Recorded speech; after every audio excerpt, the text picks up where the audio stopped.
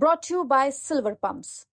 Top quality और consistent performance के लिए सिर्फ सिल्वर पंप, नाम याद रखना। मेरा रत्ती भर भी दोस्त है।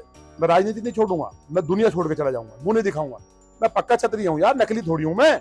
जो कह दिया गर्दन कट जाए, हट नहीं सकता मैं। गाजियाबाद की लोनी सीट से बीजेपी विधायक नंदकिशोर गुर्जर आज लखनऊ पहुंचे हैं। हमारे साथ बात करने के लिए नंदकिशोर गुर्जर खुद ही हैं। विधायक जी, आज आप खुद ही आ गए गाजियाबाद से यहाँ, और ये फटा कुर्ता, क्या आज प्रदेश अध्यक्ष से मुलाकात करने, अपनी सफाई देने आए हैं? सफाई देने नहीं, कारण बताऊं, नोटिस का हमने मेल के माध्यम से जवाब भेजा है और बाई पोस्ट भी भेजा है, लेकिन बाई हैंड क्योंकि कई बार मिस हो जाता है। और माननीय अध्यक्ष जी संगठन के हमारे मुखिया हैं और मैं संगठन का कार्यकर्ता रहा हूँ। युवा मोर्चा की राष्ट्रीय टीम में, किसान मोर्चा की राष्ट्रीय टीम में, भाजपा का मेन बॉडी का जिलाध्यक्ष रहा हूँ। और अब पार्टी के जो माननीय अध्यक्ष हैं वो संगठन के मुखिया हैं, तो उस नाते उनको रिटर्न में अपना जवाब दूंगा। अध्यक्ष जी मिलेंगे अच्छी बात है, नहीं मिलेंगे तो उनके स्टाफ को दे दूंगा, जिससे कम से कम उन तक मेरी बात पहुंच जाए कि राम कथा कराना कब से अपराध हो गया है। राम कथा को लेकर के जो विवाद हुआ, कहा जा रहा है कि आपने पुलिस वालों की गिरेबान पकड़ी और फिर उसके बाद ये विवाद शुरू हुआ, क्या हुआ था? अच्छा, आप सच्चाई दिखा पाएंगे क्या? या जो आजकल मैनेजमेंट का जो एक भूत आया हुआ है इस देश पे, मीडिया हाउस के चेयरमैन जो पाप कर दे रहे हैं, क्योंकि देखिए आपका चैनल का पूरा देश सम्मान करता है। आप इमरजेंसी में नहीं डरे, मुगल से नहीं डरे, ना डरे आप किसी भी सरकार से, अंग्रेज से। इस देश को आज़ाद कराया, चौथा स्तंभ है आपकी प्रतिष्ठा है। लेकिन ये बताइए, मैंने गिरवान पकड़ा, मेरा गिरवान आप देखिए ना, ये गिरवान किसका पकड़ा हुआ है? मेरे दोनों हाथ ऊपर है, मैं रामचरित मानस लेके चल रहा हूँ, तो मैं पुलिस का गिरवान पकड़ रहा हूँ? जब मानस को इन्होंने ठान लिया, मैं गिर गया, मेरे कपड़े फट गए, उसके बाद क्या मैं बचाव नहीं करता? मतलब ये बताइए, जब मैंने अनुमति नहीं थी आपकी इस कलश यात्रा की, कहना है आप परमिशन भी दिखाए थे। विधायक का परंपरागत हमारी यात्रा थी, पहले तो जुलूस बता दिया कलश यात्रा को। हमारी माताएं बहनें कलश लेके चलती हैं, क्या घुड़चड़ी के लिए, क्या घर में जागरण करने के लिए, जो हमारे मतलब धार्मिक कार्य हैं, ये तो बसपा से मैं कर रहा हूँ, सपा में मैंने किया, पिछले साल तक किया, कभी अनुमति नहीं ली। इस बार अनुमति ली। आपने देखा होगा मेरा वो लेटर जो अनुमति का है, दिखाऊं? सारे चैनल्स पे चल रहा है वो, तो ये देखो कौन सी अनुमति नहीं है, ये देखिए। आपने अपनी ही पुलिस पर सवाल खड़े कर दिए, पुलिस प्रशासन पे सवाल खड़े कर रहे हैं। मतलब फिर आप बात करें गाजियाबाद के पुलिस कमिश्नर को लेकर? कमिश्नर से क्या मतलब है? मैं ये कह रहा हूँ कि जैसे मान लिया उत्तर प्रदेश में 50,000 गाय मैंने कहा कम बताया, क्योंकि जो पकड़ी गई नोएडा में एलाना फैक्ट्री से पूरी उत्तर प्रदेश बीफ में नंबर 1 है। माने योगी जी की सरकार है, होना क्या चाहिए था? एक भी गाय की पूंछ कटे तो उसको फांसी की सजा होनी चाहिए। लेकिन एक ही दिन में 140 टन मांस पकड़ा गया और वो लेबोरेटरी में टेस्ट होकर के आ गया कि गाय का मांस है। उसके बाद उसको नोटिस नहीं, मेरे को नोटिस मिलता है। मैं बुरा आदमी हूं, मैंने क्या बुरा कर दिया? मैं गाय के लिए, गरीब के लिए लड़ते हुए इस राजनीति में पहुंचा हूं। मैं तो आना ही नहीं चाहता था राजनीति में भाई। मैं 2009 में अजगर सेना चलाता था, गाय के लिए संघर्ष करता था, तमाम बार में संघर्ष हुआ, लेकिन मैं किसी से एक से आज तक मिसबिहेव किया हो, तमाम प्रशासन के अधिकारी रहे हैं।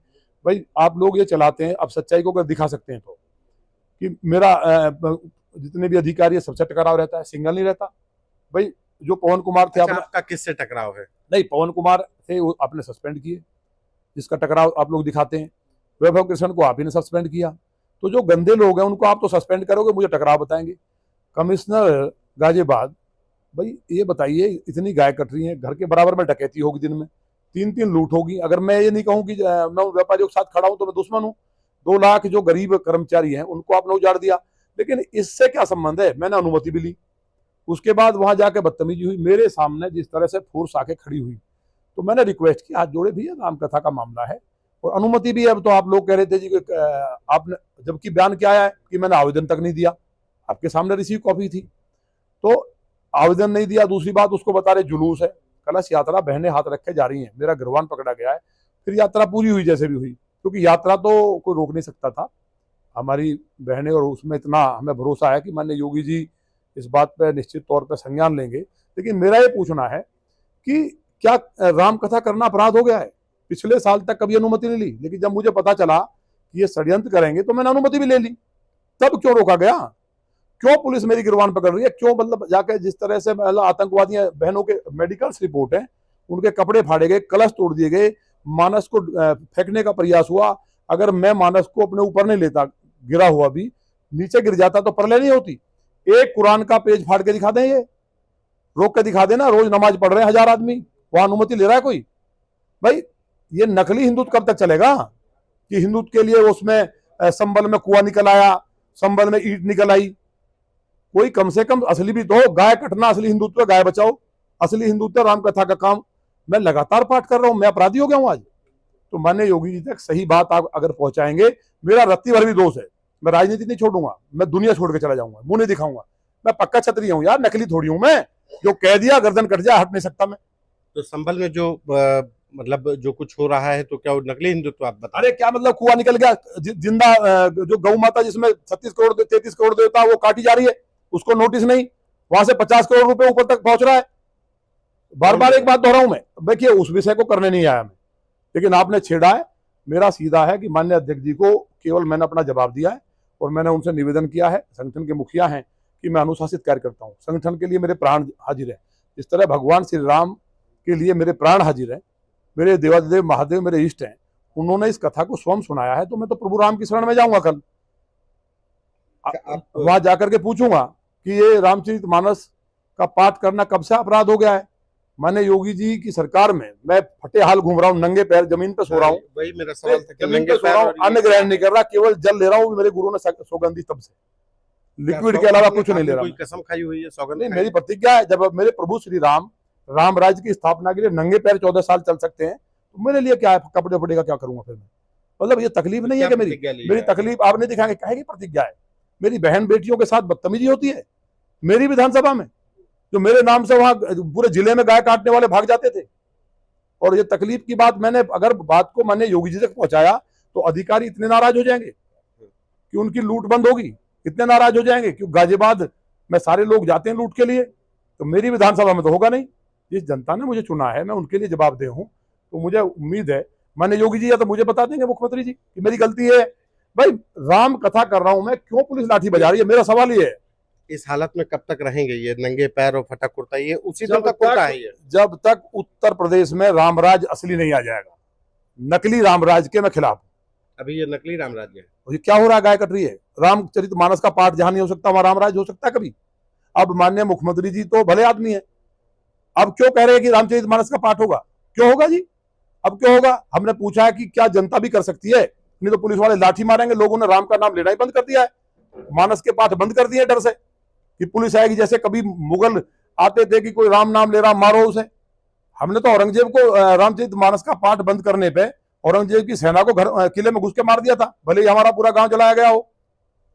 एक प्रदेश अध्यक्ष से बात हुई तो प्रदेश अध्यक्ष बोल रहे थे कि पहले तो आपने टाइम नहीं लिया उनसे मिलने की, उनको जानकारी नहीं है, और दूसरा उनका कहना है कि आपको ऐसा व्यवहार नहीं करना चाहिए था, जो बातें लिखी गई हैं एक विधायक के द्वारा, ऐसी बर्ताव नहीं करना चाहिए था। मतलब जो आपने सरकार पर ही सवाल खड़े किए उसको लेकर नहीं खड़े किए, मैंने खाली ये कहा है, मैंने तो उनसे निवेदन के साथ पूछा है। पहली बात तो अध्यक्ष जी से मैंने टाइम नहीं लिया, ये बात सही है।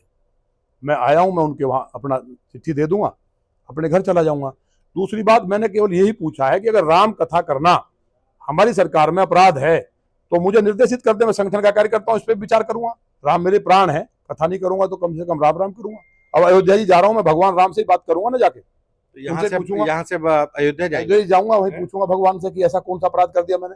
भाई मैंने क्या कर दिया? मैं कोई भ्रष्टाचारी हूं, मैं बेईमान हूं, मैं दुराचारी हूं, और बहुत सी बातें सामने आएंगी। रुक जाओ, अभी प्रदेश अध्यक्ष नहीं मिलेंगे तो योगी जी से भी मिलने की कोशिश करेंगे, उन तक बात तो अरे भाई, माननीय मुख्यमंत्री जी को मैंने पहले ही दिन जब ये बर्बरता करने के लिए गेट पे इन्होंने किया है तो मैंने नोट कराया हुआ है। मैंने संजय प्रसाद जी को बताया और उन्होंने मुझसे कहा है कि मुख्यमंत्री जी से बात करके जब समय होगा तो मिलेंगे। तो मुख्यमंत्री जी हमारे नेता है भाई, उनसे कोई हमारी लड़ाई है क्या? भाई ये जो निचले अधिकारी हैं वो बताइए राम कथा पे लाठी बजा रहे हैं, क्या राम कथा करना अपराध है? मेरा तो इतना सवाल है। यही मैंने अध्यक्ष जी को कहा है, तो अध्यक्ष जी से मैंने टाइम नहीं लिया, एक बात सही है उनकी। दूसरी बात, मैंने कोई ऐसा कृत्य नहीं किया है जो पार्टी के कहीं खिलाफ हो, और जो राम कथा को रोकेगा या गाय काटेगा तो मैं राजनीति में रहूं ना रहूं, वो नहीं रहेगा लॉनी में।